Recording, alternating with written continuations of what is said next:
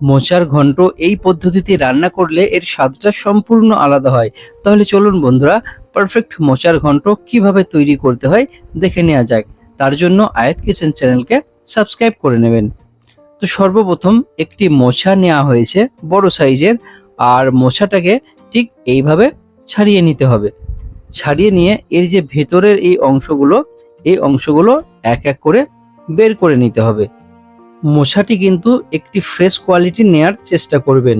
আর যদি ফ্রেশ না থাকে তাহলে এই যে ভেতরের অংশগুলো, এইগুলো যেমন পারফেক্ট সাদা ফ্রেশ আছে, সেগুলি একটু রেড বা কালচে ভাব চলে আসবে।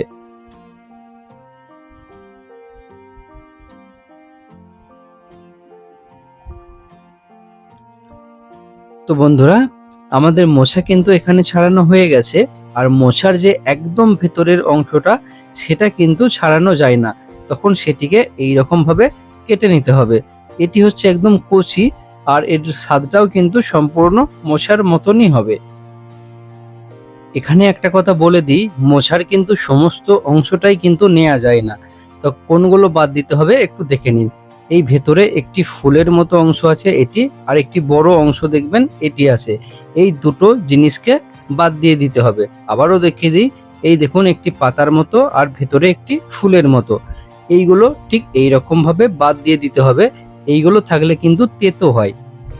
এরপর মোচাগুলোকে এইরকম ভাবে কেটে নিতে হবে। তো বন্ধুরা, ভালোভাবে কাটা হয়ে গেলে ধুয়ে নেবেন। এরপর মোচার মধ্যে কিন্তু অনেকটা কষ থাকে, সেটি কাটানোর জন্য এটি প্রেসার কুকারে দিতে হবে এবং এটি সেদ্ধ করতে হবে। আর এর সঙ্গে অ্যাড করতে হবে ছোলা। তো ছোলা, গোটা ছোলা কিছুটা পরিমাণ অ্যাড করবেন, অথবা ভাঙা ছোলাও আপনারা দিতে পারেন। ঘন্টর সঙ্গে এটা কিন্তু ম্যান্ডেটরি দিতেই হবে।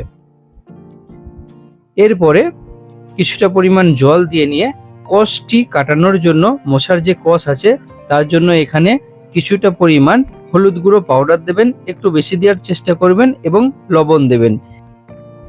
এরপর একটি মশলা বানিয়ে নিতে হবে। তার জন্য এখানে গোটা জিরে, শুকনো লঙ্কা, কাঁচা লঙ্কা, আদা এবং রসুনের একটি পেস্ট বানিয়ে নেবেন।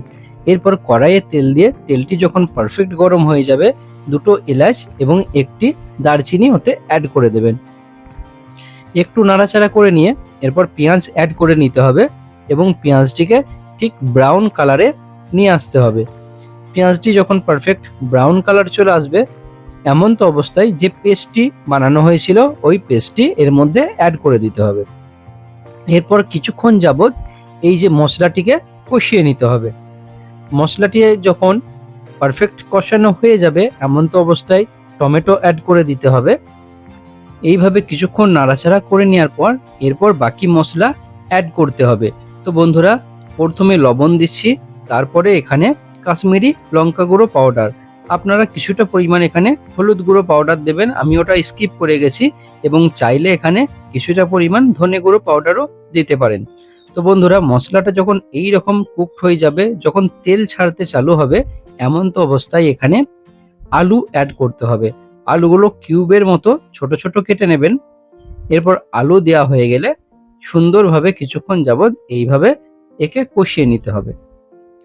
আলুটা কিছুক্ষণ যাবৎ কষানো হয়ে গেলে এরপর এই দেখুন, মোচা এবং ছোলা কলাই যেটি প্রেসার কুকারে দিয়ে সেদ্ধ করা হয়েছিল, সেটিকে অ্যাড করে নিতে হবে। তো বন্ধুরা, এগুলো দেয়া হয়ে গেলে এরপর কিছুক্ষণ যাবৎ ভালোভাবে এখানে সুন্দরভাবে কষিয়ে নিতে হবে।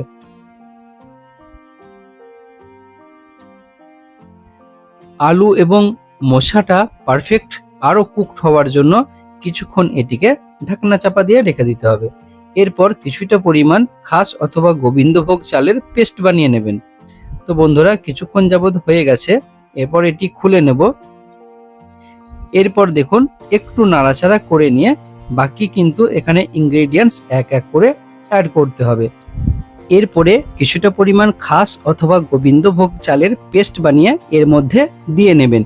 তো বন্ধুরা, খাস চাল বলার কারণ হলো আমরা বর্ধমানের ছেলে, আর এই চাল বা ধানটি আমাদের এখানেই তৈরি হয়। আমরা খাস চাল বলি, কিন্তু শহরে এটি গোবিন্দভোগ চাল নামে পরিচিত। তো বন্ধুরা, এরপর কিছুটা পরিমাণ এখানে চিনি অ্যাড করতে হবে। চিনিটা কিন্তু অবশ্যই দেবেন, তাহলে এই যে ঘন্টর স্বাদটা সম্পূর্ণ আলাদা হবে। এরপর কিছুটা পরিমাণ ঘি অ্যাড করে নেবেন, 1 থেকে 1.5 চা চামচ পরিমাণ। ব্যাস এই সমস্ত ইনগ্রেডিয়েন্টস দেওয়া হয়ে গেলে এরপর এটিকে সুন্দরভাবে কিছুক্ষণ যাবৎ নাড়াচাড়া করবেন।